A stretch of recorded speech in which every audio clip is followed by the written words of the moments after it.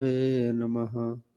नमावं विष्णुपादाय कृष्णप्रेष्ठाय भूतले श्रीमते भक्तिवेदांत स्वामिने इति नामिने।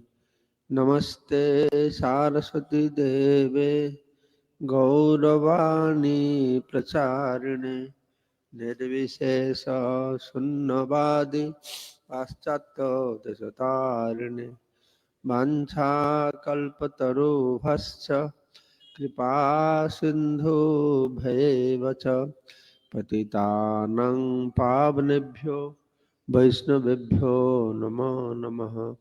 जय श्री कृष्ण चैतन्य प्रभु नित्यानंद श्री अद्वैत गदाधर श्रीवासादि श्री गौर भक्त वृंद। हरे कृष्ण कृष्ण कृष्ण हरे हरे, हरे राम राम राम हरे हरे। मुखं करोति वाचालं पंगुलं हैते गिरिं यत्कृपा तमहं वन्दे परमानंद माधवम। श्री गुरुदिनतारिणं श्री चैतन्य नमो विष्णुपादाय कृष्णपृष्ठाय भूतले শ্রীমতে জয়প্রকাশ। এখানে কয়জন আছেন আমাদের গীতা কোর্স করেছেন? গীতা কোর্স গ্রেড 1 গ্রেড 2 অনেক আছেন, খুব ভালো। তো কয়জন আপনারা নোটবুক নিয়ে এসেছেন? খুব ভালো। আর যারা আনেননি, বিকালের সেশনে যদি আমি ক্লাস দেই যাই না, বিকালে আমাদের একটা মিটিং আছে শিল ভক্তি সিদ্ধান্ত সরস্বতী ঠাকুর প্রভুপাদের 150 বছর পূর্তি উপলক্ষে। তো আমি হয়তো দেরিতে আসবো, তো আমরা এখানে নোটবুক আর পেন রাখবো, আপনারা কিনে নিতে পারবেন। আমাদের এমনি সবাইকে দেওয়া হয়, রেজিস্ট্রেশন ফি থাকে, এবার তো রেজিস্ট্রেশন ফি নাই, আর সবাইকে দিয়েও কোনো লাভ হয় না, সবাই লেখে না। যাদের আগ্রহ থাকবে তারা ওখান থেকে কিনবেন, ঠিক আছে? খাতার নোটবুক আর পেন। কেন না, আপনারা গীতা পাঠ শুনছেন, কিন্তু আজকে এখানে গীতা পাঠ হবে না, এটা গীতা চর্চা হবে, ঠিক আছে? পাঠ মানে একজন বলবে আর সবাই হাঁ করে শুনতে থাকবে, ঠিক আছে? এটা শুধু শুনবে না, এটা চর্চা হবে, শুনবে আর বলবে, ঠিক আছে? তো আমি বলবো, আপনারা শুনবেন। আমি বলবো, কেউ হয়তো বুঝতে পারবে না, কেউ ধরতে পারবে না। আপনারা বলবেন, যারা ধরতে পারে না, বুঝতে পারে না, তাদেরও সুবিধা হবে। হ্যাঁ, দুইবার শুনবে তারা। তো এটা মহারাজ বলছিলেন, এই সাংখ্য যোগ বা দ্বিতীয় অধ্যায়টি ভগবত গীতা, এটি গুরুত্বপূর্ণ অধ্যায়। আমরা এমনি শুনেছি ভগবান গীতায় গুহ্যতম জ্ঞান দিয়েছেন। গুহ্য জ্ঞান হচ্ছে নিষ্কাম কর্ম, আর তার প্রাপ্য বস্তু হচ্ছে আত্মজ্ঞান বা ব্রহ্মজ্ঞান। এটা হলো গুহ্য। গুহ্যতর হচ্ছে পরমাত্মা জ্ঞান, গুহ্যতম হচ্ছে ভগবত জ্ঞান। আত্মজ্ঞান, ঈশ্বর জ্ঞান, ভগবত জ্ঞান, ঠিক আছে? 3 প্রকারের জ্ঞান: আত্মজ্ঞান, ঈশ্বর জ্ঞান আর ভগবত জ্ঞান। আর শেষে আমরা শুনেছি যে সব থেকে সর্বগুহ্যতম ভূয় শৃণুমে পরমম বচ। একদম শেষে ভগবান বলছেন, মন্মনা ভব মদ্ভক্ত সর্বধর্মান পরিত্যজ্য।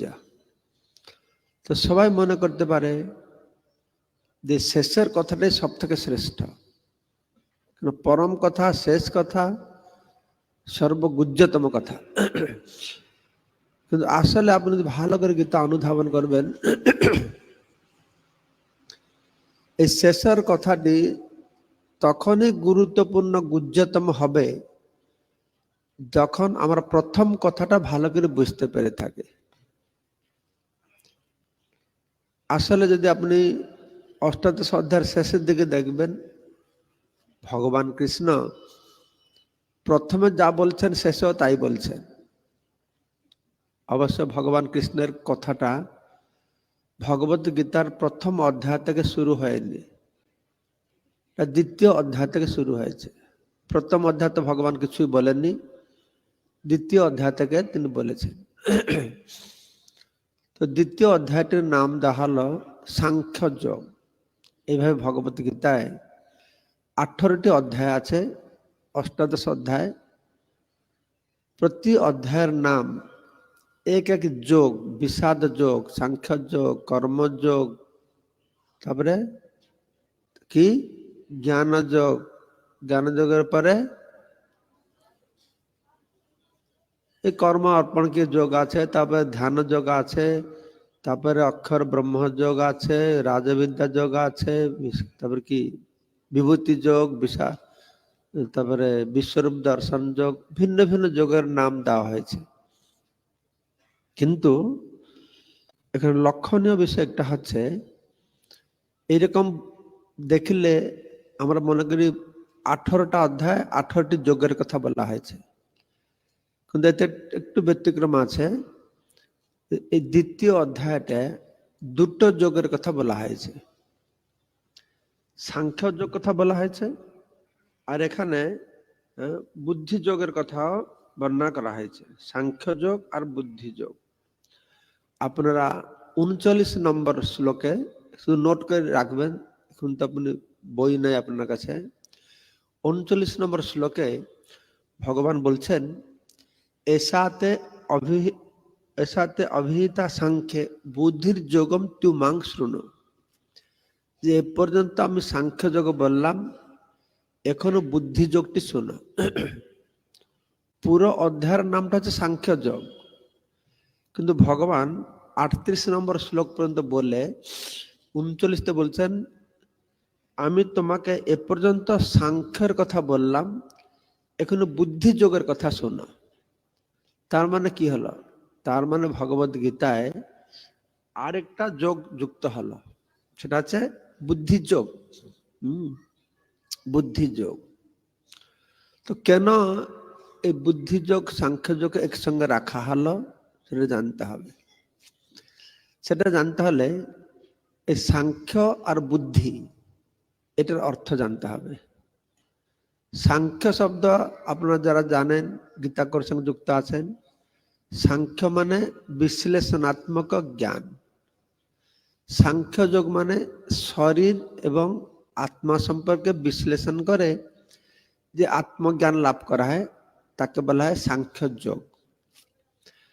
তো তার সঙ্গে এই বুদ্ধি যোগকে একসঙ্গে কেন রাখা হলো? তো বুদ্ধি যোগের আরেকটি নাম হচ্ছে নিষ্কাম কর্মযোগ। ভক্তি যোগও বলছেন, সেটা পরে আমি বলবো। তো এই বুদ্ধি যোগকে বলা হচ্ছে নিষ্কাম কর্মযোগ। নিষ্কাম কর্মযোগ সঙ্গে সাংখ্য যোগের কি সম্পর্ক আছে? তো সাংখ্য যোগ বলা হচ্ছে আত্মজ্ঞান। সাংখ্য যোগ মানে বিশ্লেষণ করে দেহ আত্মার মধ্যে পার্থক্য নিরূপণ করে আত্মাকে জানা, আত্মজ্ঞান। তো এই আত্মজ্ঞানটি লাভ করে যে পন্থা, সেটি হচ্ছে নিষ্কাম কর্মযোগ বা বুদ্ধিযোগ। সেই জন্য দুটো বিষয় একটি অধ্যায়ের মধ্যে সন্নিহিত করা হয়েছে। প্রথমে ভগবান সাংখ্য যোগের মাধ্যমে আত্মার কথা বর্ণনা করেছেন এবং আত্মাকে উপলব্ধি করার পন্থা যে নিষ্কাম কর্মযোগ, যাকে বলা হচ্ছে বুদ্ধিযোগ, সেটা আমরা আরো সুস্পষ্টভাবে সব শ্রবণ করব। ব্যাপার হচ্ছে ভগবত গীতার প্রতিটি শ্লোক, প্রতিটি শব্দ, প্রতিটি অক্ষর তার অত্যন্ত গুরুত্বপূর্ণ তার অর্থ রয়েছে, সেগুলো আমাদের জানতে হবে। তো প্রথমে আমি আপনাদের জানালাম যে কিভাবে এই অধ্যায়ে দুটি বিষয় বর্ণনা করা আছে, একটি হচ্ছে সাংখ্য যোগ আর একটি হচ্ছে বুদ্ধি যোগ। সাংখ্য যোগ মানে দেহ আত্মা সম্পর্কে বিশ্লেষণ করে আত্মাকে জানা, আত্মজ্ঞান। আর বুদ্ধি যোগ মানে আত্মজ্ঞান লাভ করার পন্থা, যাকে বলা আছে নিষ্কাম কর্মযোগ। ঠিক আছে, এই চার্ট আছে এখানে, এখানে দেবে না? চারটা দেওয়া যাবে না? দিয়েছ কোথায়? তুমি আগে দিত না, তাহলে ওরা লিখতে শুরু করতো। তো টেস্ট করেছিল। আমি সংক্ষেপে এগুলো আপনাদের বুঝাবো, তাহলে কি হবে, আপনার বুঝতে খুব সহজ হবে। আমাদের বুঝতে সহজ বুঝবার জন্য সহজ করতে আমি সম্পূর্ণ দ্বিতীয় অধ্যায়টাকে পুরা ভাগ ভাগ করে বিভক্ত করেছি, যেন বুঝতে পারবেন। তো আপনি এই চার্টে দেখছেন, উপরে লেখা আছে সাংখ্য যোগ। তো সাংখ্য যোগ সম্পর্কে 11 থেকে 38 নম্বর শ্লোক পর্যন্ত বর্ণনা করা হয়েছে। তারপরে এই 39 থেকে শেষ পর্যন্ত সেটা হচ্ছে বুদ্ধি যোগ। সেখানে বোর্ডে লেখা আছে সাংখ্য যোগ মানে আত্মজ্ঞান, আর বুদ্ধি যোগ মানে আত্মজ্ঞান লাভের পন্থা। ঠিক আছে, তো সাংখ্য যোগ যেটা, সেটাকে 3 ভাগে এখানে বিভক্ত করা হয়েছে।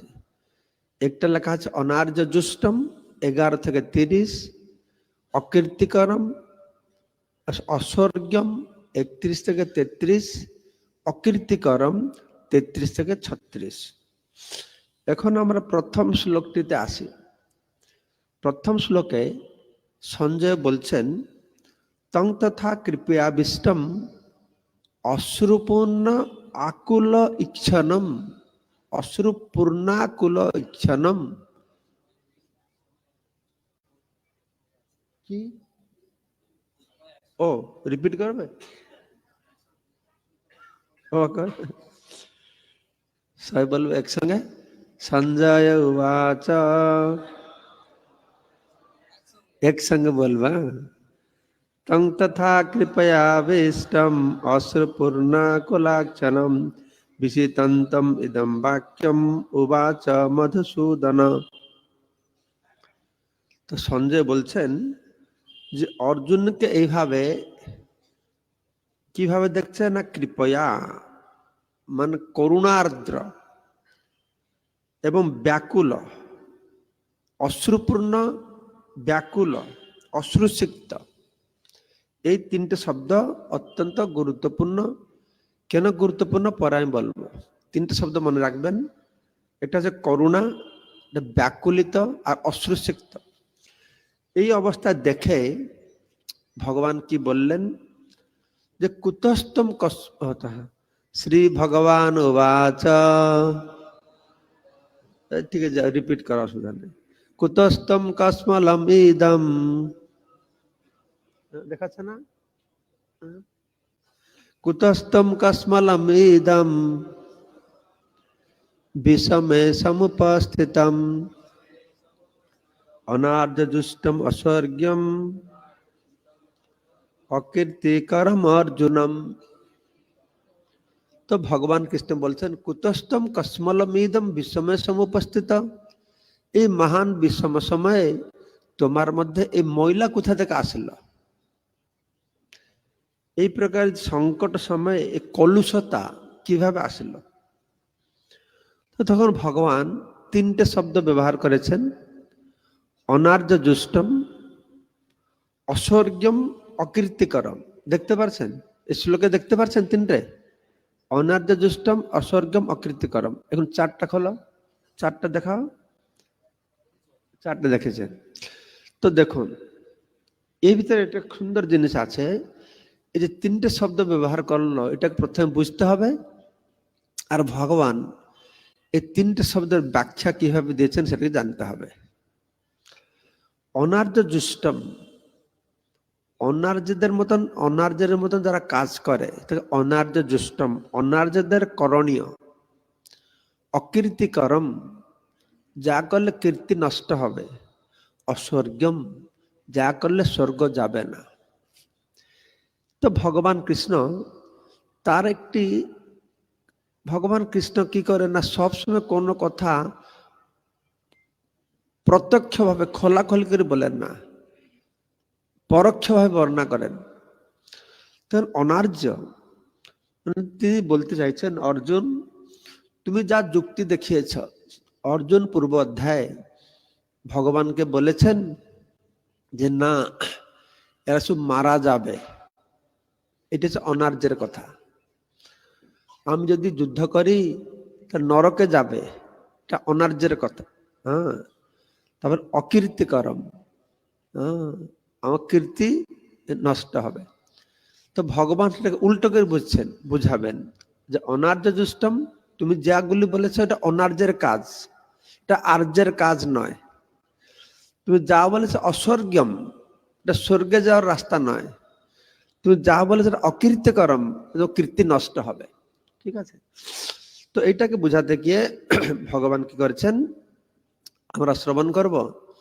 অনার্য দুষ্টম মানে অনার্য শব্দের অর্থটি কি সেটা জানতে হবে। অনার্য আর আর্য, অনার্য মানে অসভ্য, আর্য মানে সভ্য। সাধারণ ভাষায় এ অনার্য মানে অসভ্য, কিন্তু অনার্য মানে তার আর অন্তর্নিহিত অর্থটি হচ্ছে যারা জীবনের উদ্দেশ্য জানে না তাদেরকে বলা হচ্ছে অনার্য। আর জীবনের উদ্দেশ্যটি কি, এই ভববন্ধন থেকে মুক্তি পাওয়া, এটা যারা জানে না তারা অনার্য। অর্থাৎ জীবনের মূল্যবোধ যারা জানে না। জীবনের মূল্যবোধ জানতে হলে আমাদেরকে আত্মা সম্পর্কে জানতে হবে। সেজন্য ভগবান অর্জুনের কথাগুলি অনার্যের মতন কথা, অর্থাৎ যার আত্মজ্ঞান নেই তার কথা। তো সেই জন্য ভগবান কৃষ্ণ কি করেছেন, 11 নম্বর শ্লোক থেকে 30 নম্বর শ্লোক মধ্যে শুধু আত্মার সম্পর্কে বলেছেন। আত্মা সম্পর্কে একটাই কথা, আত্মা হচ্ছে নিত্য। কিন্তু নিত্য শব্দটাকে বর্ণনা করতে গিয়ে ভগবান বিভিন্ন প্রকার উপস্থাপনা করেছেন, আমরা শ্রবণ করব। ভগবান একটাই কথাকে বিভিন্ন ভাষায় বর্ণনা করে শেষে তার উপসংহার বলছেন আত্মা নিত্য, দেহ অনিত্য। ভগবান একবার বলে যেতেন আত্মা নিত্য, দেহ অনিত্য হয়ে যেত, কিন্তু মানুষকে ভালো করে বোঝাবার জন্য বিভিন্ন কোণ থেকে তিনি আলোকপাত করে বলছেন একটাই কথা, আত্মা নিত্য, দেহ অনিত্য। এটা অনার্য দুষ্টম হয়ে গেল। তারপরে অস্বর্গম, অর্জুন যা বলেছিল যে যুদ্ধে আমাদের গুরুজনেরা আছে, পুরুষেরা সব এসেছে, তারা যদি মারা যায় মহিলারা কুল্লটা হয়ে যাবে, মহিলারা কুল্লটা হলে বর্ণসংকর জন্ম হবে, বর্ণসংকর জন্ম হলে পিতৃপুরুষেরা পিণ্ড তর্পণ পাবে না, শ্রাদ্ধ পাবে না, তার নরকে যাবে। অর্জুনের ব্যাখ্যা ছিল আমি যুদ্ধ করলে নরকে যাবে। কিন্তু কৃষ্ণ সুন্দরে বুঝেছে না, তোমার কথাটি অস্বর্গম, তুমি যা বলেছ এটা তোমাকে স্বর্গে যেতে দেবে না।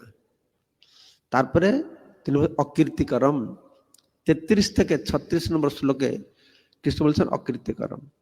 এইরকম আমরা দেখলাম যে ভগবান শ্রীকৃষ্ণ 2 নম্বর শ্লোকে যে 3টে শব্দ ব্যবহার করেছেন, অনার্য জুষ্টম, অস্বর্গম, অকীর্তিকরম। অর্জুনের এই মন্তব্যের উপরে তিনি কি করেছেন, আক্ষেপ করে বলছেন যে তোমার এই কথাটি ঠিক নয়, তোমার কথাগুলো অনার্যের মতন কথা, অস্বর্গ আর অকীর্তিকরম। আর কিভাবে আর্য, কিভাবে স্বর্গ, কিভাবে কীর্তি, সেটাকে ভগবান তখন বুঝিয়ে বলছেন। ঠিক আছে, তো এইভাবে আমরা দেখলাম ভগবান কৃষ্ণ এই অনার্য দুষ্টকে, যে অনার্য মানে আত্মজ্ঞান, তো আত্মজ্ঞানটাকে আবার তিনি কি করেছেন, 2 প্রকারে বুঝাচ্ছেন। মানে অত মানে মানে সবটাকে ভাগ ভাগ করে ভগবান বোঝাচ্ছেন। আত্মজ্ঞানের মধ্যে তিনি বলছেন আত্মা নিত্য, তাকে ভাগ করে আত্মা আর অনাত্মা 2 প্রকার বর্ণনা করছেন। যে তুমি যুদ্ধ করবে না, মারা যাবে ভয় পাচ্ছ, কিন্তু আত্মা তো নিত্য। তো সেই সম্পর্কে আত্মা নিত্য সম্পর্কে বর্ণনা করেছেন 11 থেকে 25 পর্যন্ত। তারপরে 26 থেকে 28 তিনি আবার বলেছেন, তুমি যদি আত্মা নিত্য আত্মাকে বিশ্বাস বা না করো, অনাত্মাকে বিশ্বাস করো, আত্মা বলে কিছু নেই, সেটা বুঝেছেন যে অনিত্য, অনিত্য আত্মা। এটা যে নিত্য আত্মা, অনিত্য আত্মা। অনিত্য আত্মা বলে কিছু নেই, তাকে বলা হচ্ছে অনাত্মা, অনিত্য আত্মা। সেটা আমরা শ্রবণ করব। যাদের কাছে নোট আছে, যে চারটাকে দেখে দেখে লিখবেন, যখন আমি বলবো আপনারা সবটা সুন্দর ধরতে পারবেন। এটি হলো সাংখ্য যোগ হয়ে গেল। তারপরে বুদ্ধি যোগ। এই বুদ্ধি যোগটি হচ্ছে আত্মজ্ঞান লাভের পন্থা। আমি পরে জিজ্ঞাসা করব বুদ্ধি যোগ কেন ভগবান বলেছেন, তখন আপনি বলবেন আত্মজ্ঞান বলার পরে আত্মজ্ঞানকে কিভাবে উপলব্ধি করতে পারবে তার পন্থাটি এই বুদ্ধি যোগ বলা হয়েছে। যে বুদ্ধি যোগকে নিষ্কাম কর্মযোগ বলা হয়েছে। তো এই নিষ্কাম কর্মযোগ সম্পর্কে ভগবান শ্রীকৃষ্ণ 40 নম্বর শ্লোক থেকে 40 থেকে 53 নিষ্কাম কর্ম সম্পর্কে বলেছেন। নিষ্কাম কর্ম বা বুদ্ধি যোগ। বুদ্ধি যোগ বলা হচ্ছে ব্যবসাত্মকা বুদ্ধি। ব্যবসাত্মকা বুদ্ধি এক কুরুনন্দন, সেটা আমরা শ্রবণ করব। আমি যা কিছু বলছি এই একটা অধ্যায়ে আমার 3 দিন শ্রবণ করব, 6টা সেশনে শ্রবণ করব, ঠিক আছে? কোনো চিন্তা নেই, না বুঝতে পারলে চিন্তা নেই, আবার শুনবেন, বুঝতে পারবেন এটাকে। তো এই নিষ্কাম কর্ম, নিষ্কাম কর্মটা কি? আমার মানে নিষ্কাম কর্ম মানে কামনা বাসনা ছাড়া কর্ম করা, এই একটা কথা বোঝা যায়। নিষ্কাম কর্ম মানে কামনা বাসনা ছাড়া কর্ম করা। কিন্তু ভগবান আমাদের শুধু কামনা বাসনা ছাড়া কর্ম করাটাকে নিষ্কাম কর্ম করে বলে চুপ থাকেননি, তার আরো ব্যাখ্যা দিয়েছেন। ভগবান কৃষ্ণ বলেছেন কর্মাণি অব অধিকার আসতে মা ফলসে কদাচন। তুমি কর্ম করো, ফলের আশা করো না। তারপর বুঝিয়ে বলছেন তো মানুষ আবার ফলের আশা না করে কর্ম করে নাকি? তুমি ফলের আশা করো, কিন্তু ফলের প্রতি আসক্ত হবে না। আসক্ত না হয় কর্ম করো। সেটা কি রকম? তার পরবর্তী সকল আবার বলছেন সেটা হচ্ছে কি রকম? এইরকম যে ফলটা তোমার শুভ হোক অশুভ হোক, ভালো হোক মন্দ হোক, জয় হোক পরাজয় হোক, সমানভাবে গ্রহণ করো। যে সমদৃষ্টি, এটা তোমার হচ্ছে ভিত্তি, আধ্যাত্মিক জীবনের ভিত্তি। তো ভগবান শ্রীকৃষ্ণ এই সাংখ্য যোগের প্রথম ভাগে যে আত্মজ্ঞান দিয়েছেন, তো প্রভুপাদ বলছেন first step of self realization is to know who am I. আত্ম উপলব্ধির প্রথম সোপান হচ্ছে আমি কে জানা। তো এটা সে প্রথম সোপান হচ্ছে আমি কে জানা, যে আমি আত্মা। ভগবান সেখান থেকে শুরু করেছেন। তো এই নিষ্কাম কর্ম যে ভগবান বলছে ব্যবসায়িক বা বুদ্ধি এক, এটাকে বুদ্ধিকে প্রাধান্য দেওয়া হয়েছে। আমাদের ইন্দ্রিয় আছে, মন আছে, বুদ্ধি আছে, চিত্ত আছে, ঠিক আছে? তো অহংকার আছে, একটা বহিরেন্দ্রিয় অন্তরেন্দ্রিয়। অন্তরেন্দ্রিয় হচ্ছে কি? মন, বুদ্ধি, অহংকার আর চিত্ত। তো এখানে বুদ্ধির কথা বলা হয়েছে। ব্যবসায়াত্মিকা বুদ্ধি, নিশ্চয়াত্মিকা বুদ্ধি, অচলা বুদ্ধি, স্থির বুদ্ধি। এই ব্যবসায়াত্মিকা বুদ্ধিটা কি? অব্যবসায়াত্মিকা বুদ্ধিটা কি? ব্যবসায়াত্মিকা বুদ্ধি হচ্ছে সেই বুদ্ধি যে বুদ্ধি আত্মাতে স্থির আছে, আত্মা আধ্যাত্মিক বিষয়ে ভগবান পরমাত্মাকে নিযুক্ত থাকে, তাকে বলেছে ব্যবসায়াত্মিকা বুদ্ধি। অব্যবসায়াত্মিকা বুদ্ধি কি? অব্যবস্থিত বুদ্ধি হচ্ছে যে বুদ্ধি জড় বস্তুর প্রতি নিবিষ্ট আছে, সেটা অব্যবসায়িকা বুদ্ধি। এই দুটো বুদ্ধির মধ্যে কি পার্থক্য আছে, এই দুটো বুদ্ধির মধ্যে কি সমস্যা আছে, সেটাকে ভগবান তুলে ধরেছেন। তো ভগবান 40 থেকে 53 শ্লোকের মধ্যে নিষ্কাম কর্ম বা অচলা বুদ্ধি কথা বলে, বা তাকে বলে স্থিত প্রজ্ঞ। এই স্থিত প্রজ্ঞের লক্ষণ কি 54 থেকে 70 শ্লোকের মধ্যে এই স্থিত প্রজ্ঞের লক্ষণ কি, সে কেমন বসে, কেমন কথা বলে, কেমন চালে, আর তার মহিমা কি, এইসব কথা তিনি বর্ণনা করেছেন। তার বৈশিষ্ট্য কি, এইসব কথা তিনি বর্ণনা করেছেন। তো এই যে চার্টটা আমি দেখালাম, এই চার্টের মাধ্যমে আপনাদের মোটামুটি সম্পূর্ণ ভগবত গীতার এই দ্বিতীয় অধ্যায়তে যে আলোচ্য বিষয় সে সম্পর্কে বললাম। এই অধ্যায়কে 2 ভাগে বিভক্ত করা হলো, সাংখ্যযোগ ও বুদ্ধিযোগ। সাংখ্যযোগের সেকশনে 3টে কথা বলা হলো, আত্মজ্ঞান অনার্য জুষ্টের সম্পর্কে বলা হলো, স্বর্গ যার কথা বলা হলো, এবং কীর্তির কথা বলা হলো। এখানে স্বর্গ আর কীর্তি এই দুটো কি, কীর্তিটা ইহ জগতে আর স্বর্গটা পরজগতে, ঠিক আছে। এর 3টে কথা বলা আছে, এটা আত্মজ্ঞান, স্বর্গ আর কীর্তি। কীর্তিটা কোথায় পাওয়া যাবে? কীর্তি স্বর্গে পাওয়া যায় না, কীর্তিটা এই জগতের। আমার যশ, যশটা কোথাকার জন্য না ইহলোকে, এই জীবনের হচ্ছে যশ, ঠিক আছে। আর স্বর্গটা পরজীবনে, পরলোকে। আর আত্মজ্ঞান পড়লে এই ইহলোক পরলোকের পর, এই 3টে। তো ভগবান কৃষ্ণ সব কিছুকে স্পর্শ করেছেন।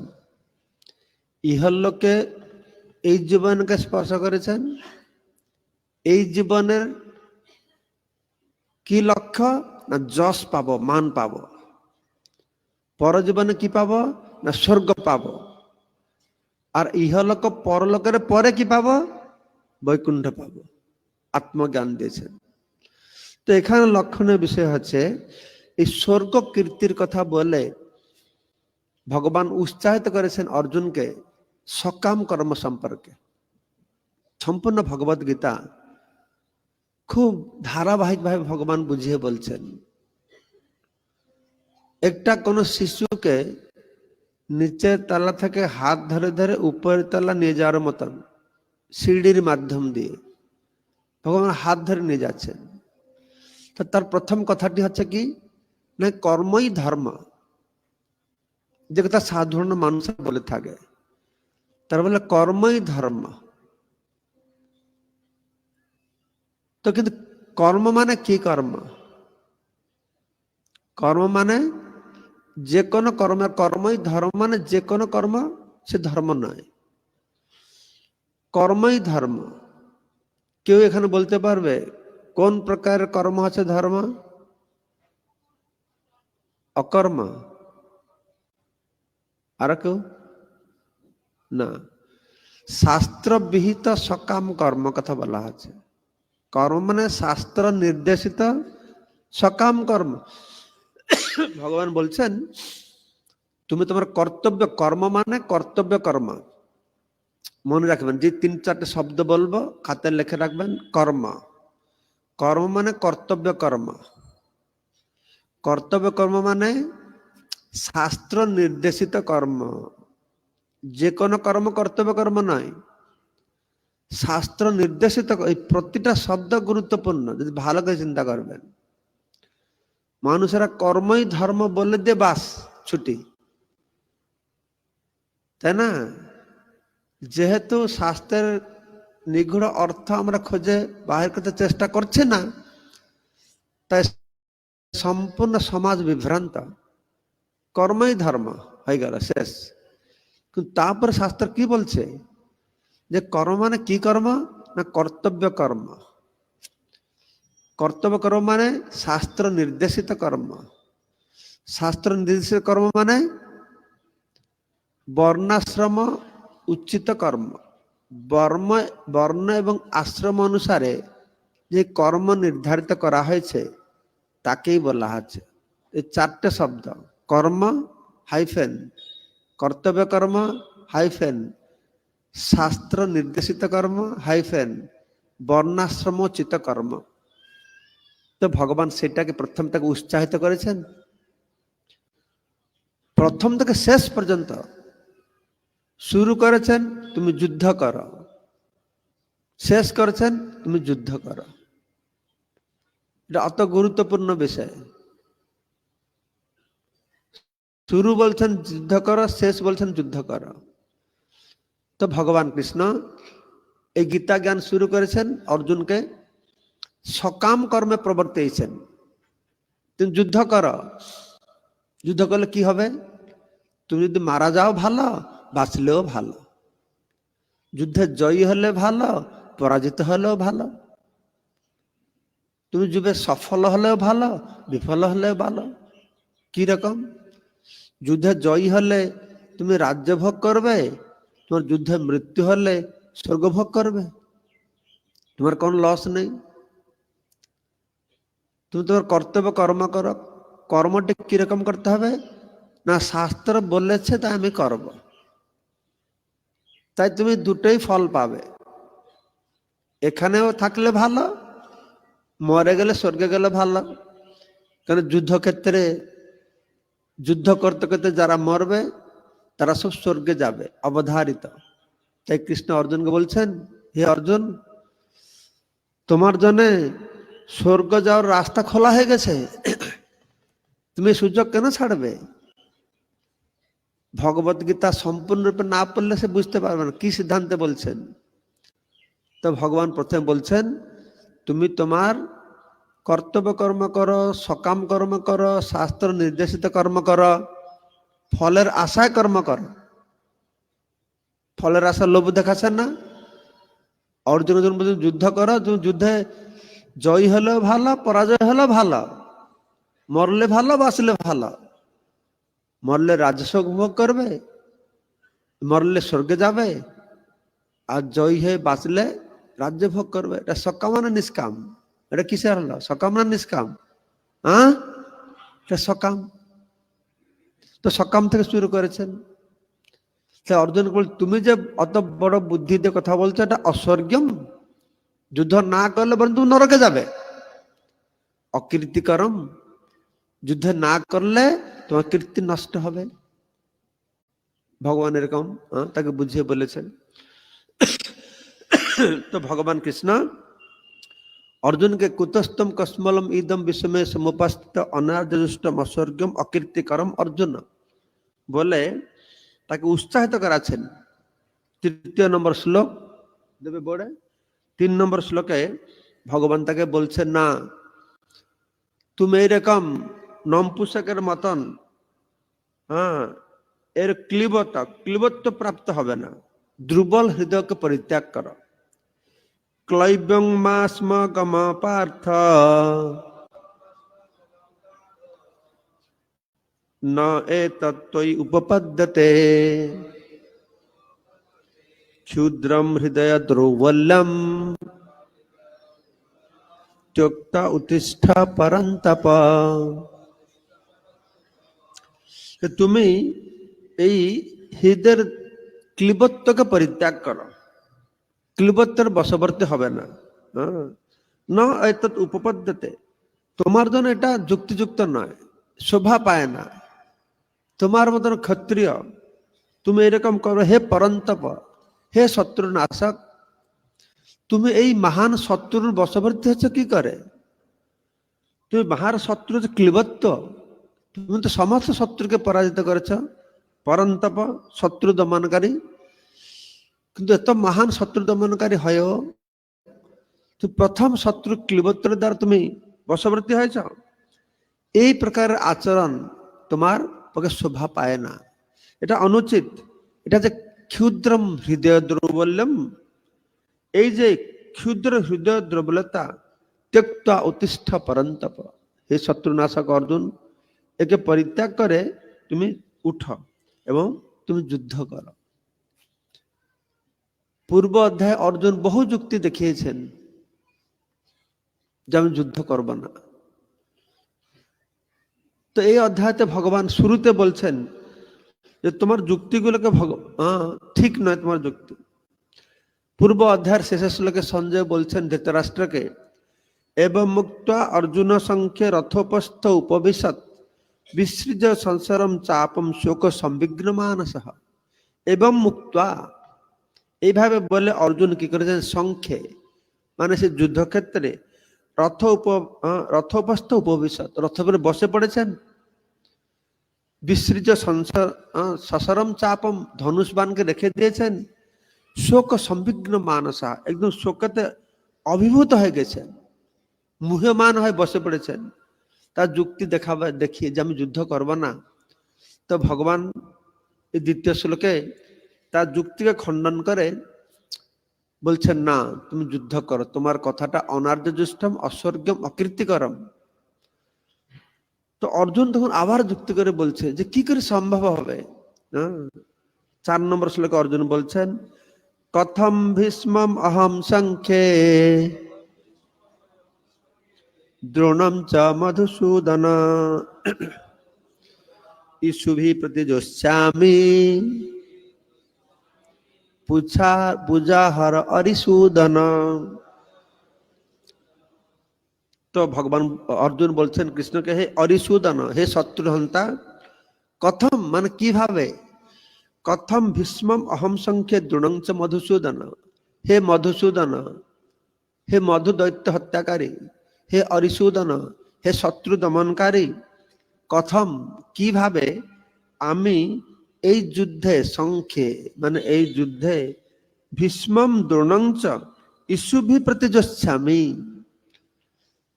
তাদেরকে কি করে আমি তীরবিদ্ধ করব, তার পূজার, তারা তো আমার পূজ্য, আমার কর্তব্য হচ্ছে তাদের চরণকমলে ফুল দান করা, পুষ্প প্রদান করা, তার পরিবর্তে আমি তাদের হৃদয়ে তীর প্রদান করব, তীরবিদ্ধ করব। ইস্যুভি প্রতিদস্যামি, কিভাবে এই ইস্যু মানে তীর বা বান ছুড়ব কি করে তাদের দিকে, এটা সম্ভব নয়। 5 নম্বর শ্লোকে বলছেন, গুরুন অহত্বা হি মহানুভাবান শ্রেয় ভক্তুং ভক্ত্যম ইহা পিহিয়া লোকে হত্বার্থ কামাংস্তু গুরানৈব ভুঞ্জীয় ভোগান রুধির প্রদিগ্ধান।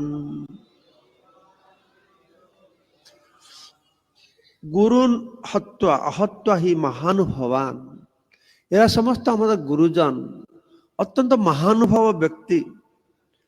এই মহানুভব গুরুজন বর্গের জীবনের বিনিময়ে যে আমি শ্রেয়ং ভক্তুং, এই যে ঐশ্বর্যকে ভোগ করব, তার থেকে ভালো আমি ভিক্ষা করব, অপি ইহ লোকে, এই পৃথিবীতে আমি ভিক্ষা করে জীবিকা নির্বাহ করব।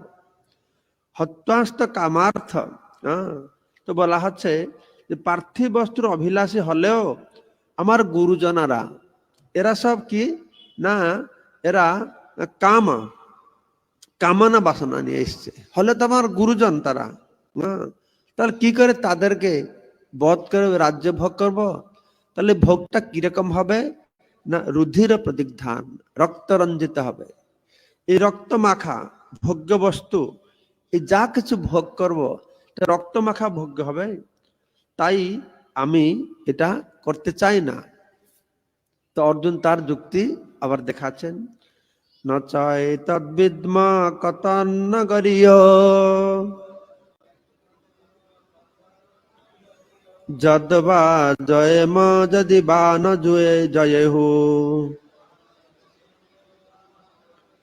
জানে বহত্বা ন জীবিষাম তে অবস্থিতা প্রমুখে ধার্তরাষ্ট্রা। তো তারা তো জানে না, এই ধৃতরাষ্ট্র পুত্ররা তারা না জানে এখানে উপস্থিত হয়েছে, কিন্তু আমি তো জানি। আমি জানি, তাই আমার মনে প্রশ্ন আসছে যে তাদের জয় করা শ্রেয় না তাদের দ্বারা পরাজিত হওয়া শ্রেয়, তা আমি জানি না।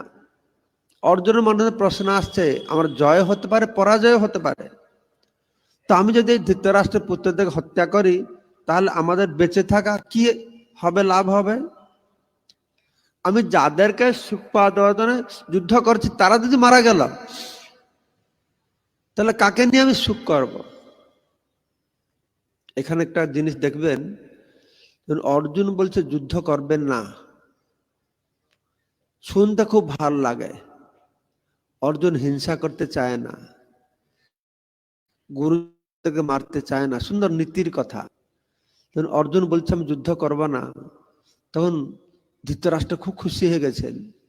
ধৃতরাষ্ট্র সঞ্জয়কে বলছেন দেখো দেখো আমার অর্জুনটা কত ভালো, ও বলছে যুদ্ধ করবে না।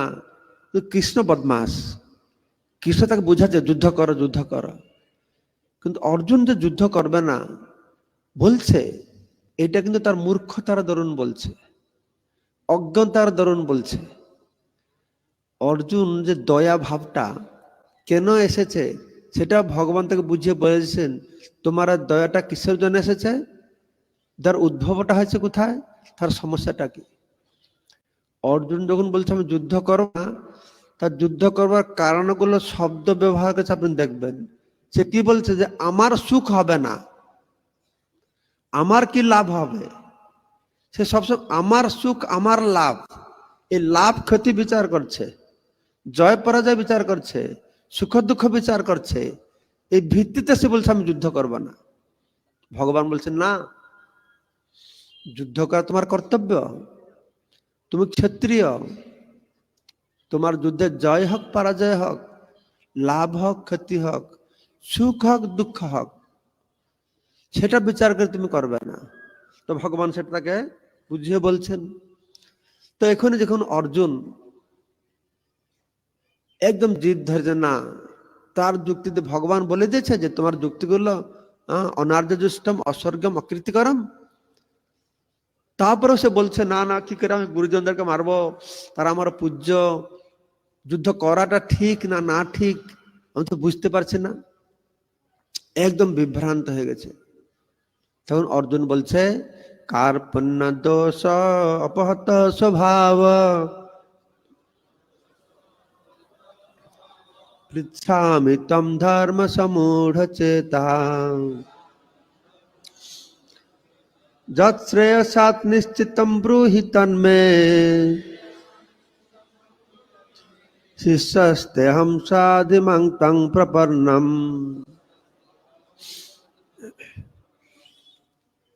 এই শ্লোকটির মাধ্যমে ভগবত গীতা লাভ করার জন্য আমাদের কি যোগ্যতা থাকা উচিত সেটা বর্ণনা করা হচ্ছে। এমনিতে ভগবান বলে দিয়েছেন অর্জুনকে যে আমি তোমাকে এই রহস্যময় জ্ঞান কেন দিচ্ছি না, তুমি হচ্ছে আমার ভক্ত, তুমি হচ্ছে আমার সখা, সেই জন্য রহস্যম এতৎ উত্তমম, এই উত্তম রহস্য তোমাকে দিচ্ছি। কিন্তু এই শ্লোকের মাধ্যমে যে আমাদেরকে সদ্গুরু কাছে যেতে হবে, তার কাছে জ্ঞান গ্রহণ করতে হবে। প্রভুপাদ বলছেন অর্জুন তো সমস্যায় পড়ে গেছে, কিং কর্তব্য বিমূঢ় হয়ে গেছে, কি করণীয় কি অকরণীয় বুঝতে পারছে না। এখন কৃষ্ণ তার বন্ধু, বন্ধু তো বন্ধুকে যদি কিছু বললে সে বলে বেটা আর বেশি জ্ঞান দেবে না, এরকম বলবে। তো কৃষ্ণ এ পর্যন্ত কোনো জ্ঞান দিচ্ছে না, কিছু বলছে না। যতক্ষণ অর্জুন নিজে বুঝে এই শ্লোকটা না বলেছে, কার্পণ্য দোষ অপহত স্বভাব, কৃপণতা জনিত দোষের দ্বারা আমার কি হয়েছে, আমি কিংকর্তব্য বিমূঢ় হয়েছি, দুর্বল হয়ে কিংকর্তব্য বিমূঢ় হয়েছে। এই কৃপণ শব্দের অর্থ আমরা পরে শ্রবণ করব। তো বলছে যৎ শ্রেয় নিশ্চিতম সাত ব্রুহিতন্মে, আমার জীবনে যেটা শ্রেয়, এটা শ্রেয় আছে প্রেয় আছে। প্রেয় মানে কি, কোনো কিছু পাবো তাড়াতাড়ি পাবো, সহজে পাবো, কিন্তু চলে যাবে, এটা বলছে প্রেয়। শ্রেয় মানে কি, দেরিতে পাবো, কষ্টে পাবো, সবসময় থাকবে। সেটা বলেছে শ্রেয়। সে বলছে আমার শ্রেয়টা কি সেটা বলো। সেজন্য কি করতে হবে না, শিষ্যস্তেহম, আমি আপনার শিষ্য হলাম। এ পর্যন্ত বন্ধু ছিলাম, কিন্তু শিষ্য হলাম। শিষ্য শব্দের অর্থ বর্ণনা করা হয়েছে শ্বাস ধাতু থেকে শিষ্য। শিষ্য মানে কি, যে ব্যক্তি গুরুদেবের কাছে নিজেকে, গুরুদেব তাকে শাসন করবে, সেইভাবে তাকে নিজেকে তার চরণকমলে অর্পণ করবে। এইরকম নয় আমি তোমার শিষ্য হলাম, গুরুদেব ভয় করে কিছু বলবে না, তা নয়। শিষ্য মানে আমাকে শাসন করো, আমাকে ভর্ৎসনা করো। আমার গুরুদেবের শিষ্য হই, কিন্তু গুরুদেব শাসন করলে, ভর্ৎসনা করলে আমাদের কি হয়, আমাদের স্পৃহা চলে যায়, আমরা নিষ্প্রিয় হয়ে পড়ি। সেটা নয়। অর্জুন বলছেন তুমি আমাকে শাসন করো, শিষ্যস্তেহম সাধিমাং তং প্রপন্ন, আমাকে শাসন করো। 8 নম্বর শ্লোকে অর্জুন বলছেন যে দেখো, এখানে দেখো, এখানে অর্জুন একই কথা, যে আমি কি পাবো, আমি পাবো না পাবো এই চিন্তা। 8 নম্বর শ্লোক লেখা আছে দেখুন, নহি প্রপশ্যামি মামা পুনর্যাৎ, নহি প্রপশ্যামি মামা পুনর্যাৎ, যৎসুখম উচ্ছ্বসনম ইন্দ্রিয়ানাম, অবাপ্য ভূমৌ অসপত্নরিদ্ধম, রাজ্যম সুরানাম অপি চ আধিপত্যম।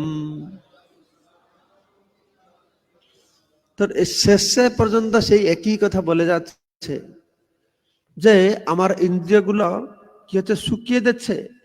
এই শোক তা দূর করবার আর কোনো উপায় খুঁজে পাচ্ছে না। এমনকি স্বর্গের দেবতাদের মতন আধিপত্য নিয়ে সমৃদ্ধশালী হলেও,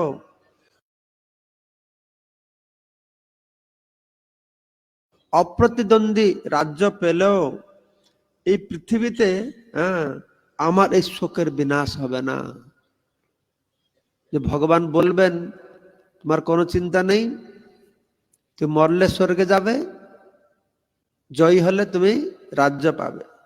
তো এখানে অর্জুন আগে থেকে বলছে যে এই দুটোতে আমার কোনো দরকার নেই। আমার এই দুটো পেলেও আমার শোকের বিনাশ হবে না। অর্থাৎ আমি রাজ্য পেলে শোকের বিনাশ হবে না, স্বর্গ পেলেও শোকের বিনাশ হবে না।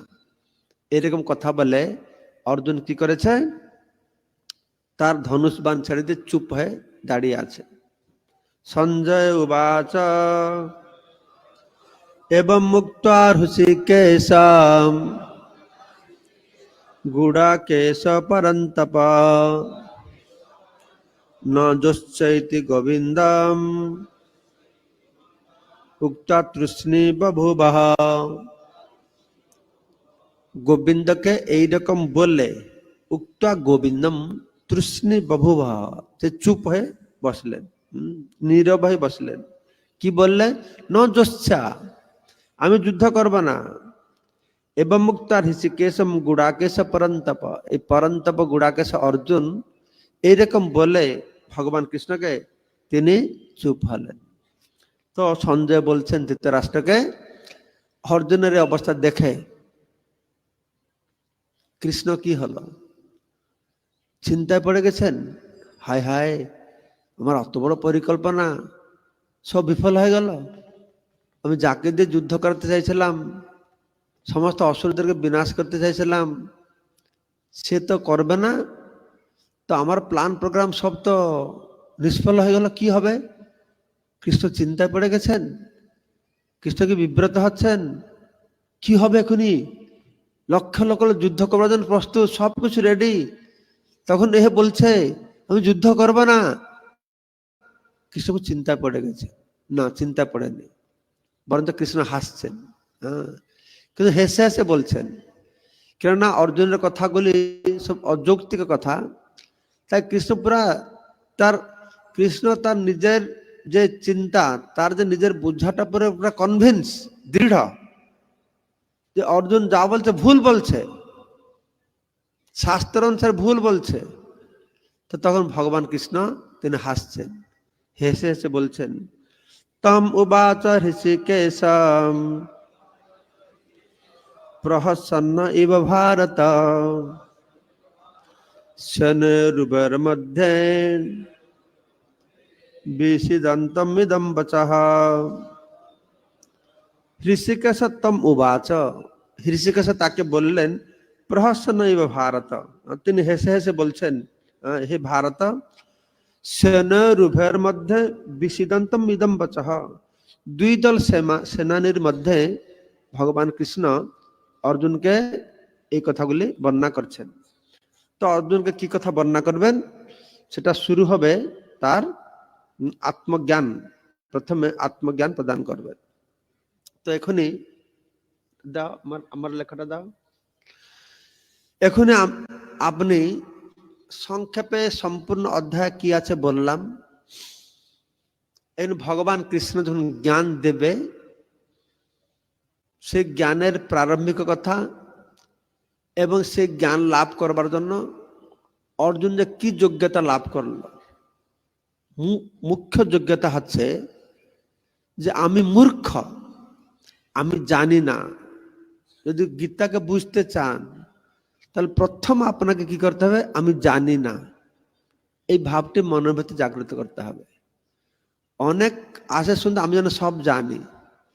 যদি সব জানা থাকে বলে মনে হয়, যদি কলসি নিয়ে কার কাছে যাবেন, জল যদি ভরা থাকে তাহলে সে আর জল ভরতে পারবে না। যদি খালি কলসি নিয়ে যাবেন জল ভরতে পারবে। তাই আমি জানি এইরকম নয়, আমি জানি না। তো আমি দৃষ্টান্ত সবসময় দিয়ে থাকি, যেটা প্রভুপাদ যে দৃষ্টান্ত দিয়েছেন, যে দুটো ছেলে হারমোনিয়াম শিখতে গিয়েছে। তো তার গুরুদেবকে, একটা ছেলে বলছে, গুরুদেব আমার কতদিন লাগবে গীতা শিখতে, না তুমি কি হারমোনিয়াম শিখতে। তখন তার ছেলেটা বলছে কতদিন লাগবে হারমোনিয়াম শিখতে। তো গুরুদেব বলছে, তুমি কি হারমোনিয়াম জানো? তো হ্যাঁ, আমি একটু আমি আমি একটু জানি। তাহলে তুমি জানো তো 1 বছরে তোমার হারমোনিয়াম শেখা হয়ে যাবে। 1 বছর হয়ে যাবে। তো আরেকটা ছেলে বসেছিল, তো গুরুদেব আমার কয়দিন লাগবে, না তুমি কি হারমোনিয়াম জানো? আমি কিছুই জানি না। তো 6 মাসে হয়ে যাবে। তো আমি জানি অলরেডি, আমার 1 বছর লাগবে, আর কিছুই জানি না, 6 মাসে কি করে হবে? তো গুরুদেবকে জিজ্ঞাসা করলো, গুরুদেব কিছু জানে না, 6 মাসে হবে, আর আমি কিছু জানি, বলে 1 বছর কেন লাগবে? গুরুদেব বললেন, ও কিছু জানে না, তো 6 মাস তাকে শিখিয়ে দেবো। আর তুমি জেনে এসেছো তো 6 মাস লাগবে তোমাকে সব ভুলাতে, আরো 6 মাস আমি তোমাকে শেখাবো। তো সেই জন্য এখানে আসলে কৃষ্ণ তো একটা রঙ্গমঞ্চ তৈরি করেছেন আমাদেরকে শেখাবার জন্য। অর্জুনের তো এগুলো দরকার হয় না। অর্জুন এরকম অস্বর্গম অকীর্তিকরম অনার্য দুষ্টম কথা বলবে কেন? কৃষ্ণ সামনে বসে, কৃষ্ণ সূর্যের সম মায়া হয় অন্ধকার, যাহা কৃষ্ণ তাহা নাহি মায়ার অধিকার। কৃষ্ণ সূর্যের মতন, তার সামনে বসে অন্ধের মতন কথা বলছে কি করে? মানে কৃষ্ণ তাকে এই পরিস্থিতির সম্মুখীন করিয়েছেন, যার ফলে সে এইরকম প্রশ্ন উত্থাপন করবে, যে প্রশ্নের উত্তরগুলি আমাদের মতন বদ্ধজীব, সমস্ত জগতের বদ্ধজীবের সাহায্য করবে বা কাজে লাগবে। তো এই যে সাংখ্য যোগ আমি বুঝিয়ে বললাম, এখানে আত্মজ্ঞান দেওয়া হয়েছে, আর আত্মজ্ঞান লাভের পন্থা দেওয়া হয়েছে। আত্মজ্ঞান লাভের পন্থাটা কি? আত্মজ্ঞান লাভের পন্থা কি কে বলতে পারবে? হাত তোলো। আমি জিজ্ঞাসা করবো না, শুধু জানলেই হবে। আত্মজ্ঞান লাভের পন্থা কি? দাঁড়িয়ে বলুন সবাইকে, দাঁড়ান দাঁড়ান। হ্যাঁ, নিষ্কাম কর্মযোগ করলে আত্মজ্ঞান উপলব্ধি হবে। ঠিক আছে, নিষ্কাম কর্মযোগের মাধ্যমে। তো এখনই ভালো করে শুনে একটা সেন্টেন্স আমি পড়ে শোনাবো আপনাদেরকে। এই সাংখ্যযোগ এই অধ্যায় কি বলা হচ্ছে? এই অধ্যায়ের মাধ্যমে অর্জুনের যে মোহ আর শোক, এই দুটো শব্দ, কোথায় মোহ শোক সেটা আমি আপনাদেরকে বলবো। এর পূর্বে কোথায় মোহ আর শোক শব্দ ব্যবহার করা হয়েছে, যেই মোহ আর শোককে দূরীভূত করবার জন্য ভগবান কৃষ্ণ কি করেছেন? এই আত্মজ্ঞান দিয়েছেন।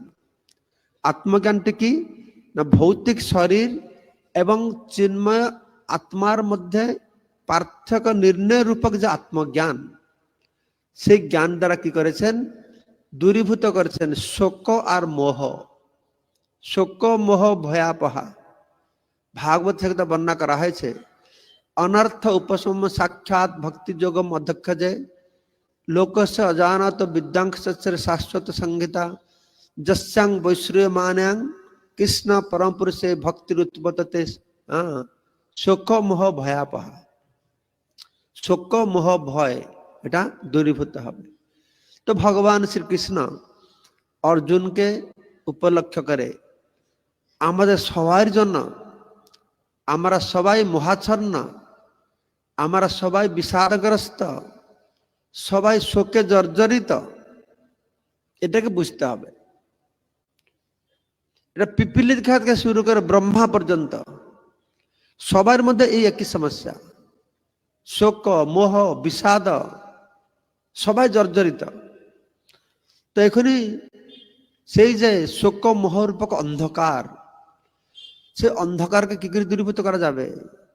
অন্ধকারকে জ্ঞান প্রদীপের দ্বারা, জ্ঞান আলোকের দ্বারা উদ্ভাসিত করা যাবে। সেটি কি জ্ঞান? স্কুল কলেজ ইউনিভার্সিটির জ্ঞান নয়, সেটি কি না আত্মজ্ঞান। তো প্রথম প্যারাগ্রাফ যেটা আপনি দেখতে পাচ্ছেন, কি করছে দেখাচ্ছে না? এটা আমার ফটো দেখাচ্ছে কেন? আমার ফটো দেখাতে হবে না কেন? আমাকে দেখতে পাচ্ছে সবাই সামনে। তো কেন এই ব্যাপার হচ্ছে, এইগুলো আমি বুঝতে পারছি, আপনি এখনই না বুঝলে পরে বুঝবেন, কিন্তু প্রতিটি শব্দের তাৎপর্য রয়েছে। এই যে একটা প্যারাগ্রাফ আপনাকে বললাম, মোহ শোক, ভৌতিক শরীর, চিন্ময় আত্মা এবং আত্মজ্ঞান, এই প্রতিটা শব্দ গুরুত্বপূর্ণ এখানে।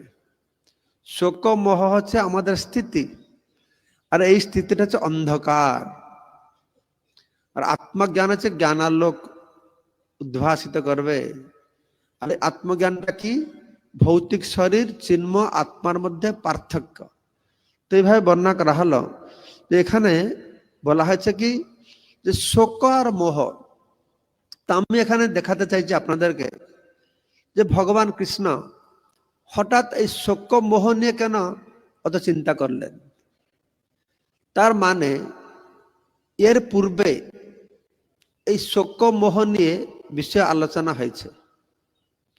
অর্জুনকে শোক মোহর বশবর্তী হতে হয়েছে, তাকে সাহায্য করতে ভগবান চেষ্টা করছেন। তাই দেখবেন ভগবত গীতার প্রথম অধ্যায় 27 নম্বর শ্লোকে একথা বলা হয়েছে, আবিষ্ট বিষিদম ইদম অব্রবীত, বিষাদগ্রস্ত এটি বললেন। আবার 46 নম্বর বলা আছে, শোক সংবিঘ্ন মানস, শোক ভরা। তারপরে দ্বিতীয় অধ্যায় 1 নম্বর শ্লোকে বলা আছে, অশ্রুপূর্ণ আকুল ইচ্ছনম বিষিদন্তম। এই শব্দগুলি পূর্ব শ্লোকে বলা হয়েছে। তান সমীক্ষা সকৌন্তেয় সর্বা বন্ধুন অবস্থিতান কৃপয়া পরে আবিষ্ট বিষিদন ইদম অব্রবীত। বিষাদগ্রস্ত কথা বলা হলো। এবং মুক্ত অর্জুন সংখ্যে রথপস্ত উপাবিশত বিসৃজং সসরং চাপম শোক সংবিঘ্ন মানস, শোকের কথা বলা হলো। তারপরে শ্লোক দেখুন, তং তথা কৃপয়া আবিষ্টম অশ্রুপূর্ণ আকুল ইচ্ছনম। অশ্রু, শোক, বিষাদ, ব্যাকুলিত, এই শব্দগুলি গুরুত্বপূর্ণ। কে শোকাভিভূত হয় না, কে বিষাদগ্রস্ত হয় না, কে আকুল হয় না, কে অশ্রুমোচন করে না? সবার এই অবস্থা। বিষিদন্তম ইদম বাক্যম উবাচ মধুসূদন। তো এই অবস্থায় অর্জুনকে ভগবান বলছেন। তো এখনই আমাদের প্রশ্ন হচ্ছে, সমস্যা হচ্ছে কি না শোক মোহ আর বিষাদ। আর শোক মোহ বিষাদের উৎপন্নটা হয় কোথায় খুঁজতে হবে? আমার জীবনে সমস্যাটা জানলাম শোক মোহ বিষাদ, তো এটা উৎপন্ন হচ্ছে কোথা থেকে? সেটাকে মানুষ খোঁজে বাহির করছে না। যে গোড়াটাকে খোঁজে বাহির না করা হয় তাহলে সমাধান হবে কি করে?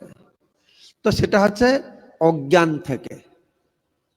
অজ্ঞান থেকে শোক মোহ, আরো এগুলি উৎপন্ন হচ্ছে, বিষাদ অজ্ঞান থেকে। তাহলে আমি লোককে বলবো তুমি শোকাকুল হয়েছ, মহাচ্ছন্ন হয়েছ, তো অজ্ঞানের দরুন। তো লোকটা কি বুঝবে? অজ্ঞান মানে কি? সে পড়াশোনা করে না, সে স্কুল কলেজে যায় না, সে অজ্ঞান, সে মূর্খ না। স্কুল কলেজে গেলেও এমএ পিএইচডি করলেও সে মূর্খ, সে অজ্ঞান। কেন না? জ্ঞানটাকে জানে না। এখানে বলা হচ্ছে যে শোক মোহ অজ্ঞান থেকে, মানে কিসের অজ্ঞান? কিসের জ্ঞানের অভাব? কোন জ্ঞানের অভাব? তার কি এমএ পিএইচডি কি করে বাড়ি বানাবো সেই জ্ঞানের অভাব? ডাক্তারি জ্ঞানের অভাব? না কোন জ্ঞানের অভাব? কোন জ্ঞানের অভাব? ও সবাই এখনো জানেন তাহলে তো অলরেডি। গীতা কোর্সের ভক্ত তো সবাই জানে। জানো না? বোর্ডে দেখে বলছো, ঠিক আছে, সেটা ভালো, বোর্ডে দেখলেও ভালো। তো এইভাবে ধাপে ধাপে আপনি বুঝতে চেষ্টা করবেন। প্রথম সমস্যা শোক মোহ বিষাদ। সমস্যার কারণ কি না অজ্ঞান। অজ্ঞানটা কি? কিসের জ্ঞানের অভাব? তাকে বলা হচ্ছে অজ্ঞান, তাকে বলা হচ্ছে আত্মজ্ঞান। তো আত্মজ্ঞান তার অভাব যার মধ্যে রয়েছে, এই আত্মজ্ঞানের অভাব বা অনুপস্থিতির লক্ষণটা কি? যার মধ্যে আত্মজ্ঞান নেই, যার মধ্যে আত্মজ্ঞানের অভাব আছে, যার মধ্যে আত্মজ্ঞান অনুপস্থিতি আছে, কি করে বুঝতে পারবো যে এর আত্মজ্ঞান নেই? কি করে বুঝতে পারবো আত্মজ্ঞান নেই? সেগুলি সব অর্জনের মধ্যে প্রকাশিত হয়েছে। তার ভিতরে যে আত্মজ্ঞান নেই তার লক্ষণটা কি না ভৌতিক দয়া, ভৌতিক সমবেদনা, শোক, অশ্রু, এই সবগুলি অর্জনের মধ্যে দেখা গেছে না? অশ্রুপূর্ণ আকুলম ইচ্ছানম, সে শোক সংবিঘ্ন মানস, এইগুলো হচ্ছে ভৌতিক দয়া আর সমবেদনা। অর্জুনের যে দয়া ছিল, যে সমবেদনা ছিল, এরা সব মারা যাবে, এরা আমার ভাই, আমার বন্ধু, এগুলি ভৌতিক।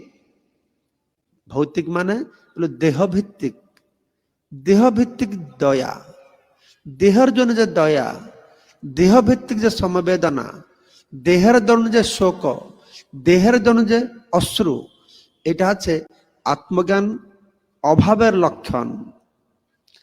তাহলে আত্মার প্রতি, তাহলে আত্মপ্রতি সমবেদনা হচ্ছে আত্মজ্ঞান অভাব থেকে মুক্তির লক্ষণ। আত্মজ্ঞানের অভাবের লক্ষণ হলো শোক, অশ্রু, ভৌতিক সমবেদনা বা দয়া। তাহলে আত্মজ্ঞান যে পেয়েছে, এটা একটু কঠিন করে বলা হয়েছে আত্মজ্ঞান অভাব থেকে মুক্তি। আত্মজ্ঞান অভাব থেকে মুক্তি মানে যে আত্মজ্ঞান পেয়েছে, কে আত্মজ্ঞান পেয়েছে না আত্মার প্রতি যার সমবেদন রয়েছে, দেহের প্রতি নয়, আত্মার প্রতি যার সমবেদন রয়েছে সে হচ্ছে আত্মজ্ঞান। তাকে বলা হচ্ছে কি, সেটাই হচ্ছে যথার্থ হচ্ছে আত্মজ্ঞান অভাবের মুক্তির লক্ষণ। তো দৃষ্টান্ত দেওয়া হচ্ছে যেরকম প্রভুপাদ, আমি যখন ইস্কনে জয়েন করলাম তখন এটা খুব চলতো, এই নাটকটা। আমার রাস্তায় বই বিক্রি করতে যেতাম, তো বিদেশে তারা কি করে, মানে মানুষের দৃষ্টি আকর্ষণ করবার জন্য তো একটা ভক্ত গিয়ে রাত্রি লাভে, এ ডুবে গেলাম ডুবে গেলাম ডুবে গেলাম, সব লোকের জড়ে কি ডুবে গেলাম ডুবে গেলাম। তারপর আরেকটা ভক্ত যাবে, আমি যাচ্ছি আমি বাঁচাবো বাঁচাবো, এরকম ছাতা কেটে কেটে যাবে, হাত ধরে হেঁটে যাবে। আর যে ভক্ত ডুবে যাচ্ছে সে গায়ে চাদর ধরেছে, তো এই ডুবে যাচ্ছে। আর একটা ভক্ত, হে আমি বাঁচাবো আমি বাঁচাবো, যে কি করবে, তো চাদরটা উঠে নিয়ে এসেছে। আরেকটা ভক্ত দাঁড়িয়ে, তার বউ দাঁড়িয়ে, আরে আমার স্বামী ডুবে গেল, রক্ষা করো রক্ষা করো। স্ত্রীটা চিল্লাচ্ছে, আরেকটা লোক ডুবে যাচ্ছে, আর সমাজ সেবকারা এসেছে, আমরা রক্ষা করব রক্ষা করব। তখন গিয়ে কি করেছে, তার চাদরটাকে উঠিয়ে নিয়ে এসছে, তার স্ত্রীকে দিয়েছে, এই রক্ষা করলাম। তার কোথায় রক্ষা করলো, আমার স্বামী তো ডুবে মারা গেল, চাদরটা নিয়ে এসেছ। এই ঠিক সেরকম একটা, এই সমবেদনা, দেহের প্রতি সমবেদনা, এই চাদরের প্রতি সমবেদনা, চাদরকে রক্ষা করার মতন নাকি। আর এইটাই হচ্ছে আমাদের সমস্ত শোক বিষাদ সব কিছুর গোড়া কারণ হচ্ছে এইটা। আর এইটা হচ্ছে বুদ্ধিযোগ, বুদ্ধিযোগের অভাব। বুদ্ধিযোগটা কি, ইংরেজিতে লেখা বলা হয়েছে, প্রভুপাদ বলছেন ইন্টেলিজেন্স ডাইরেক্টেড টু সোল, যে বুদ্ধিটা আত্মার দিকে গতি করছে, সেটা হচ্ছে বুদ্ধিযোগ, ব্যবসায়ত্মক বুদ্ধি। বুদ্ধিটা দেহে আবিষ্ট, সেটা দেহাত্ম বুদ্ধি। আত্মবুদ্ধি, অনাত্মবুদ্ধি, আত্মবুদ্ধি, দেহাত্ম বুদ্ধি। দেহতে আমি বলে মনে করা, এটা হচ্ছে দেহাত্ম বুদ্ধি। জড় বস্তুকে নিত্য বলে মনে করা, এটা অনাত্ম বুদ্ধি। তো তার দৃষ্টান্ত এখানে দেওয়া হয়েছে। তো এই সাংখ্য যোগ, সাংখ্য শব্দের অর্থ আমি প্রথমে বলেছি, সাংখ্য মানে বিশ্লেষণাত্মক জ্ঞান, কোনো কিছুকে বিশ্লেষণ করে তার গোড়াটাকে খোঁজে পাওয়া, তাকে বলা হচ্ছে সাংখ্য। আর এখানে কি বিশ্লেষণ করা হচ্ছে, এটা আত্মা আর দেহের মধ্যে পার্থক্য নিরূপণ করা হচ্ছে। বিশ্লেষণ করা মানে কি, বিচ্ছেদ করে, ভাগ ভাগ করে করে করে করে করে করে গোড়াটা খোঁজে পাওয়া। এই দেহ, আমার দেখছি দেহটা যদি ভালো করে বিশ্লেষণ করি, রক্ত মাংস হাড় মজ্জা পাওয়া যাবে। আরো বিশ্লেষণ করি, ক্ষিতি অপ তেজ মরুত ব্যায়াম পঞ্চ ইন্দ্রিয় এসব পাওয়া যাবে। এরকম বিশ্লেষণ করে করে করে করে গিয়ে আত্মাটাকে খুঁজে পাওয়া, ঠিক আছে। সেটা হচ্ছে গোড়া। কোনো কিছুকে বিশ্লেষণ করে গোড়াটাকে খুঁজে পাওয়া, তাকে বলা হচ্ছে সাংখ্য যোগ। সাংখ্য যোগ মানে আমরা সবকিছু বিশ্লেষণকে বুঝলাম আত্মা। আর বুদ্ধি যোগ মানে কি, ভক্তি যোগ মানে কি, বুদ্ধি যোগকে ভক্তিও বলা হয়, কেন বলা হয় পরে বলবো আমি। তো সাংখ্যের মাধ্যমে গোড়াটাকে খুঁজে পাবো, আর ভক্তির মাধ্যমে, হ্যাঁ বা খুব সুন্দর, আটলিস্ট একজন মাতাজি বলল যে ভক্তি যোগ হচ্ছে গোড়ায় জল দেওয়াটা হচ্ছে ভক্তি যোগ, এই জন্য জানবেন। তো প্রথমে ভগবান গোড়াটা খুঁজে বাহির করালেন, তারপরে কি করবে, তিনি আমাদেরকে জল দেওয়ার ব্যবস্থাটা বলে দেবেন, ভক্তির কথা বলে দেবেন, জল দেওয়ার ব্যবস্থা করে দেবেন। তো এখনই এই যে নিষ্কাম কর্মযোগ কথা আমরা শ্রবণ করব, এরপরে নিষ্কাম কর্মযোগ কথা বলবে। তো ভগবান কি করেছেন না, এই 12 নম্বর শ্লোক থেকে, ওই চারটা দাও, চার্ট, 12 নম্বর শ্লোক থেকে শুরু করলেন আত্মজ্ঞান। আত্মজ্ঞান ভিত্তিতে তিনি দুটো কথা বলেছেন, আত্মজ্ঞান আর অনাত্মা জ্ঞান। আপনি অনাত্মা জ্ঞানও শ্রবণ করবেন। তো আত্মজ্ঞানের প্রথম তিনি শুরু করেছেন 12 নম্বর শ্লোকটা, আমি বলছি, আপনারা বলুন। ন তুয়েব অহম জাতু নাসম ন তুম ন ইমে জনাধিপাহ ন চৈব ন ভবিষ্যাম সর্বে বয়ম মত পরম। এই শ্লোকটা চারটা দেব, ও চারটা দেব, ঠিক আছে। তো এই শ্লোকটা একটু গুরুত্বপূর্ণ, কারণ এই শ্লোকে ভগবান দুই প্রকার অজ্ঞানতাকে দূর করেছেন, দুটো অজ্ঞানতা। আগে জ্ঞান সম্পর্কে বলি, তবে তো অজ্ঞানকে বুঝতে পারবেন। জ্ঞান মানে কি? জ্ঞান মানে এক অর্থে স্কুল কলেজে পড়াশোনা করবে, এমএ পিএইচডি করবে, এটা হচ্ছে জ্ঞান। কিন্তু সেই জ্ঞানটা জ্ঞানই নয়, সে জ্ঞানটা হচ্ছে অজ্ঞান। ভক্তিবিনোদ ঠাকুর বলছেন সে জ্ঞান অজ্ঞান। জড় বিদ্যা যত মায়ার বৈভব, তোমার ভজনে বাধা, অনিত্য সংসারে মোহ জন্মায়া, জীবকে করায় গাধা। এটা জড় জ্ঞান, ঠিক আছে। তারপর হচ্ছে আত্মজ্ঞান। আত্মা মানে আমি দেহ নয়, আমি চিন্ময় আত্মা, এটা হচ্ছে আত্মজ্ঞান। তারপরে নির্ভেদ ব্রহ্মজ্ঞান। নির্ভেদ ব্রহ্মজ্ঞান কি হয় না, সে বুঝতে পেরেছে যে আমি দেহ না, আমি চিন্ময় আত্মা। কিন্তু সে কি বলছে যে ব্রহ্ম থেকে অভিন্ন, আমি ভগবান, ভগবান সঙ্গে এক, আমরা সবাই ভগবান। শুধু সমস্যাটা কি হয়েছে, আমি যে ভগবানটা ভুলে গিয়েছি, ঠিক না নেই? হ্যাঁ কি না? হ্যাঁ, আমরা সবাই ভগবান ভুলে গেছি। যদি আমরা বুঝতে পারি ভগবান, তাহলে কি হবে? ভগবান হয়ে যাবেন, হবে না? না, কিন্তু কিছু লোক মনে করে তাই, যে আসলে আমরা সবাই ভগবান, মায়াগ্রস্ত ভুলে গেছি আমরা ভগবান বলে। মানে বুঝতে পারবো আমি ভগবান, আবার ভগবান হয়ে যাব। আমি বুঝতে পারছি না ভগবান থেকে আলাদা আছে, বুঝে ফেললে সব এক হয়ে যাব, ভগবান হয়ে যাব, এই ধারণাটা আছে। এটাকে বলে নির্ভেদ ব্রহ্ম জ্ঞান, এক রকমের জ্ঞান। তার উপরে কি না, নির্ভেদ ব্রহ্ম জ্ঞানের উপরে হচ্ছে ঈশ্বর জ্ঞান, ঈশ্বরের ঐশ্বর্য জ্ঞান। না না, এই জ্ঞানটা কি না, ব্রহ্ম হচ্ছে বিভু, আমি অনু, এই যে জ্ঞান লাভ করবে তাকে বলা হচ্ছে ঈশ্বর ঐশ্বর্য জ্ঞান। তো এই শ্লোকের মাধ্যমে ভগবান কি করেছেন, আত্মজ্ঞান শুরু করেছেন, আর আত্মজ্ঞান নিয়ে যে বিভ্রান্তি তার দূর করেছেন। আত্মজ্ঞান শুরু, আত্মজ্ঞানকে নিয়ে বিভ্রান্তির দূরীকরণ। আত্মজ্ঞানটা কি, আমি দেহ নই, আমি চিন্ময় আত্মা। বিভ্রান্তিটা কি, বিভ্রান্তিটা কি, আমি ভগবান হয়ে যাব। নির্ভেদ ব্রহ্মজ্ঞান, বিভ্রান্ত, ব্রহ্ম সঙ্গে আমরা ভেদ নেই, এটা বিভ্রান্ত, আমি ভগবান হয়ে যাব।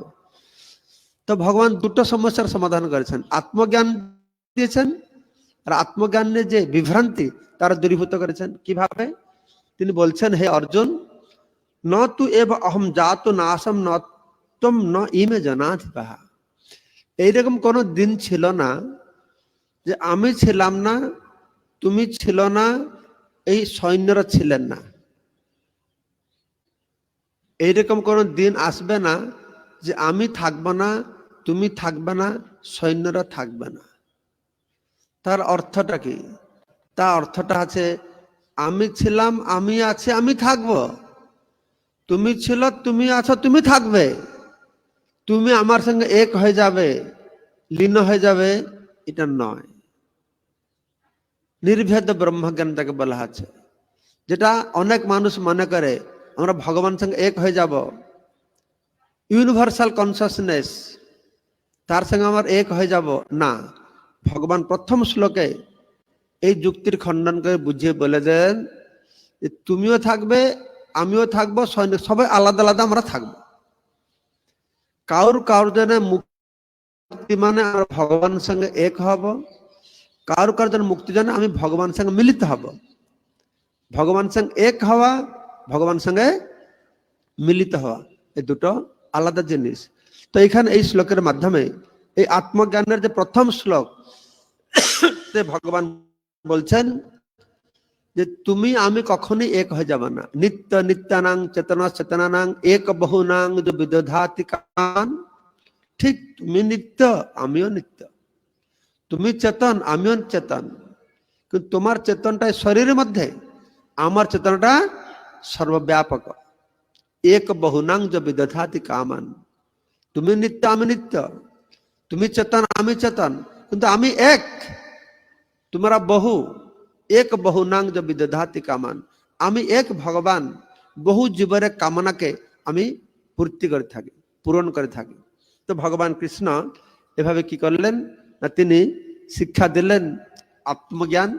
তা আমার আজকে বিকাল হোক বা কালকে সকালে যখন আমার চান্স হবে, আমার আত্মজ্ঞান শ্রবণ করব, অনাত্মজ্ঞান শ্রবণ করব, স্বর্গ যাওয়ার কথা শ্রবণ করব, তারপরে তার যে যশ কথা শ্রবণ করব, তারপরে নিষ্কাম কর্মের কথা আমরা শ্রবণ করব। ঠিক আছে? জয় শ্রী প্রভুপাদ কি, সমবেত ভক্ত বৃন্দ কি, গৌর প্রেমানন্দে, হরি হরি বল। হরে কৃষ্ণ হরে কৃষ্ণ। সবাই বসবেন প্লিজ। শিষ্টাচার হচ্ছে ব্যাস আসনে পাঠক যতক্ষণ থাকবে। এই সবাই বসো বসো, আমার ক্লাসটা শেষ হয় না, শেষ কথাটা আমি উপসংহারটা বলি না, ভুলে গেছি বলতে। আছে আমাদের এটা আছে, গীতা লেখনটা আছে। হ্যাঁ, এখন আপনারা সবাই গীতা জয়ন্তী জন্য এসেছেন। গীতা তো বছর বছর শুনে যাচ্ছেন, বলেই যাচ্ছেন, কিন্তু এবার নতুন পরিকল্পনা, গীতা আমরা লিখব। গীতা লেখন মহাযজ্ঞ শুরু হয়েছে। 1 কোটি মানুষকে দিয়ে, সবাই বসবে, কেউ যাবে না। 1 কোটি মানুষকে দিয়ে গীতা লেখানো হবে। আমাদের এখানে সেট আছে, রেজিস্ট্রেশন করবেন। আপনার প্রতিদিন 2টো করে গীতা শ্লোক লিখবেন। গীতা শ্লোক অনুবাদ সহ একটা বই দেওয়া হবে, আর ডায়েরি দেওয়া হবে। আপনারা 2টো করে গীতা লিখবেন। তো এই সুন্দর বই আছে, holy Gita for daily reading আর holy Gita for daily writing. ঠিক আছে? এ নতুন অভিযান, যুগ যুগ ধরে মানুষ শুনেছে আর বলেছে, কিন্তু এখানে ভগবত গীতা, হস্তলিখিত ভগবত গীতা, চিন্তা করে দেখুন। 1 বছর 1.5 বছর লাগবে, প্রতিদিন 1টা 2টো শ্লোক লিখবেন, শেষ হয়ে যাবে, রাধা মাধব চরণে অর্পণ করবেন। গুরু মহারাজ জননিবাসু সিগনেচার দেবেন, আর সে অমূল্য সম্পদকে নিয়ে আপনার বাড়িতে রাখবেন। কারা কারা এই গীতা লেখানো যজ্ঞতে যোগদান করেছেন? হাত তুলুন। অনেক করেছেন না অল্প করেছেন? অল্প কয়েকজন করেছেন, বাকি সবাই বাকি আছেন। এই গীতা জয়ন্তী, গীতা জয়ন্তী মানে কি? গীতার আবির্ভাব তিথি না? তো গীতা জয়ন্তী